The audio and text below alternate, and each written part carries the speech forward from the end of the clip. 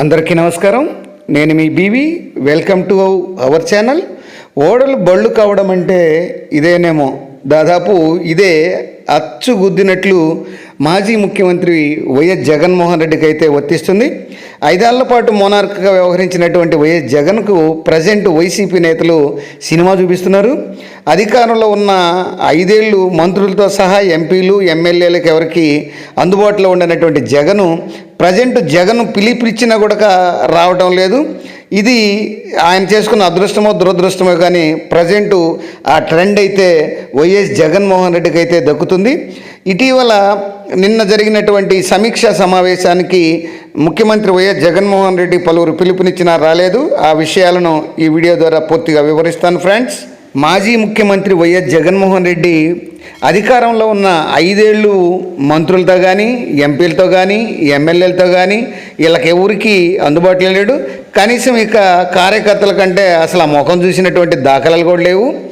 కానీ జగన్ నుంచి పిలుపు వచ్చిందంటే ఆ కాలంలో అదేదో తాము పూర్వజన్మలో చేసుకున్న అదృష్టంగా ఈ యొక్క పార్టీ నేతలు అనేది భావించేవారు. కానీ ప్రస్తుతం రోజులనేవి మారాయి. నిన్న నిర్వహించినటువంటి ఈ యొక్క వైసీపీ విస్తృత స్థాయి సమావేశానికి పలువురు నేతలు మరియు మాజీ ఎమ్మెల్యేలు మంత్రులైతే డుమ్మా కొట్టారు. కొందరైతే విమానం దొరకలేదని, కొందరైతే కార్ డ్రైవర్ అందుబాటులో లేడని, మరికొందరైతే సాకులు చెప్పడం, మరికొందరైతే ఫోన్లు స్విచ్ ఆఫ్ చేయడం, మరికొందరైతే ఇదిగో వస్తున్న మధ్యలో ట్రాఫిక్లు ఇరక్కపోయినా ఆయన చెప్పడం.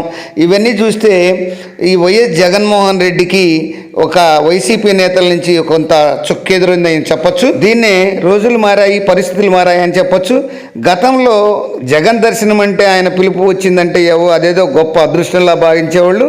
కానీ ఇప్పుడు పార్టీ దారుణ ఓటమికి అనేది చవిచూచడంతో ఆ యొక్క బళ్ళు ఇళ్ళు అనేవి ఓడలయ్యాయి, ఓడలు బళ్ళు అయ్యాయి అన్నటువంటి సామెత ప్రజెంట్ మాజీ ముఖ్యమంత్రి వైఎస్ జగన్మోహన్ రెడ్డికి అచ్చుగుద్దినట్లు ఇది వర్తిస్తుందని చెప్పడంలో ఎటువంటి అతిశయోక్తి లేదు.